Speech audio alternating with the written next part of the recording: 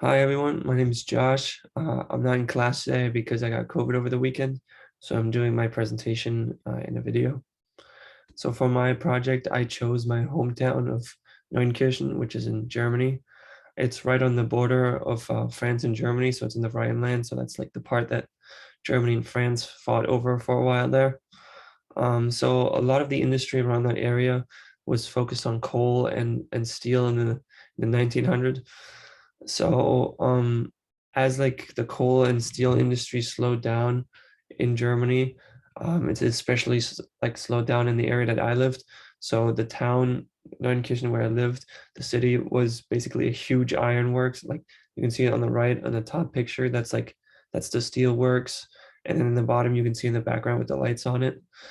Um, and basically the coal and steel like industry was just slowing down, so there was no real need for them anymore.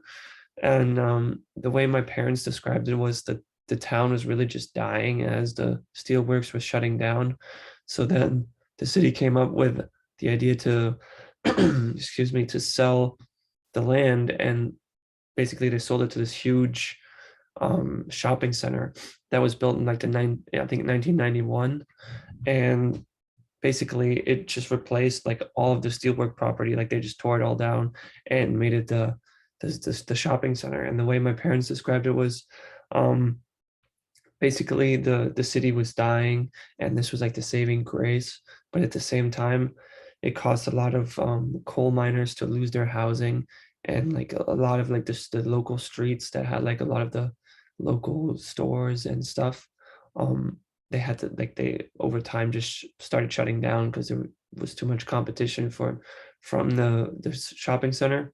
And basically my question in my project was whether or not the shopping center was necessary for the survival of the city, or whether it was a lot of like gentrification that just destroyed like the core of the city. And I thought like through my research I found that was like pretty much both, which was really interesting to see. Like it was definitely necessary, as like it like brought a lot of new people in at a time, and it has over like the last 30 years now.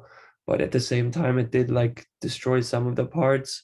Like the areas where the stores used to be are now like a lot of emergency housing for like refugees and immigrants. And I think they did a good job with trying to maintain like the core of the city, which you can see in the background here. Like they like renovated the like what's left of the steelworks and made it like businesses and stuff. So I think they did a really great job at like trying to minimize the effects of the gentrification that was really happening. But I think it was definitely something that had to happen for the city to continue.